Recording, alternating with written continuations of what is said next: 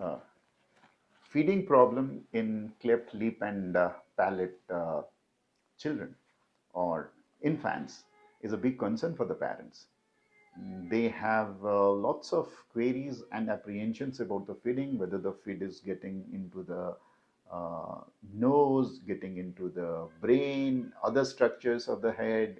They are quite concerned about these things. Uh, in apprehension, I have seen many parents reporting with their babies who are already 1 month, 2 month, 3 months old with Riles tube. Imagine they have been feeding their babies with Riles tube, apprehending these solutions.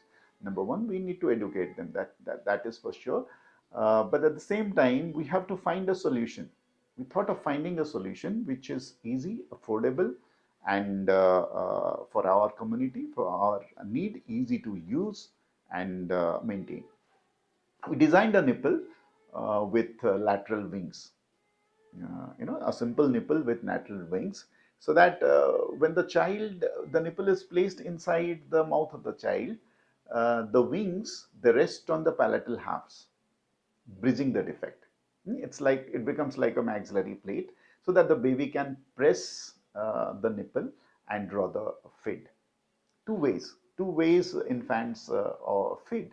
One is by suckling, which cannot happen in cleft babies because of the defect. They cannot create that negative pressure. Other way how they feed is by compression. Compression means pressing the nipple against the palate and drawing the feed. So by adding these two lateral wings, we enabled the infants to press the nipple despite of the defect and draw the feed themselves from the nipple like a normal baby. The advantages what this nipple offers is, a natural feeding reflex that is enabled in the baby. So functional development, other functional aspects remain normal for the babies. Uh, Two, it's of a universal design. It means we can alter the size of the wing depending on size of the palate of the child. The design is such that the nipple fits into all general feeding bottles that is available in India. So absolutely you don't need any separate bottle to feed with. Thus, the manufacturing cost is almost similar to normal nipples. So cost will be very affordable. And most importantly, what we have seen with the feedback is uh, that is less air entrapment and better feeding experience for the parents to handle, rather than with spoon feeding or something like that. If the air entrapment is less, there will be less barping. The number of times the feed is given to the child is also reduced. So these all advantages are there. Let me share the journey. Maybe the innovator inside you may get inspired. After the idea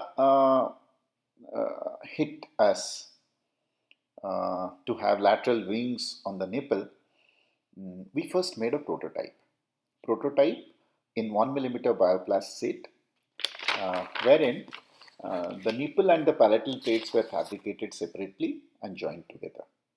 Then we conducted a pilot study of around 15 babies that showed very encouraging results. Then we patented the thought.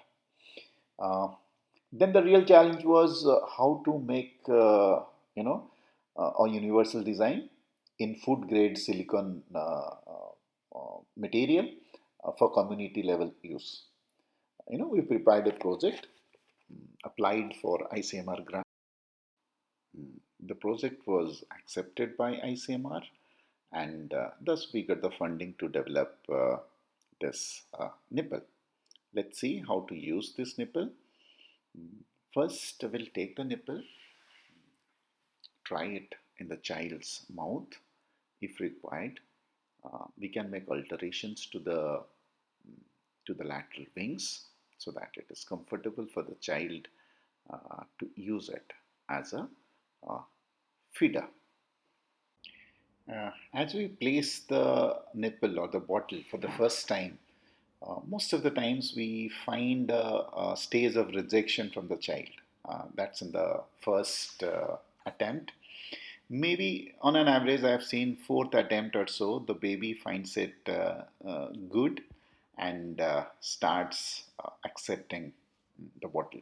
You can see the way the baby starts suckling out. Till now, she was on O'Reilly's tube.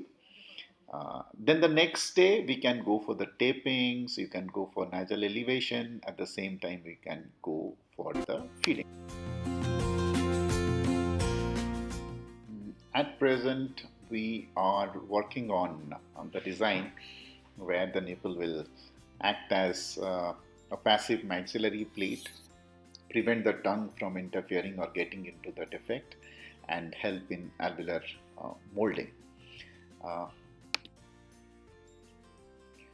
Before I end the story, my sincere thanks to ICMR for really, funding the project, making the dream a reality. Thank you so much.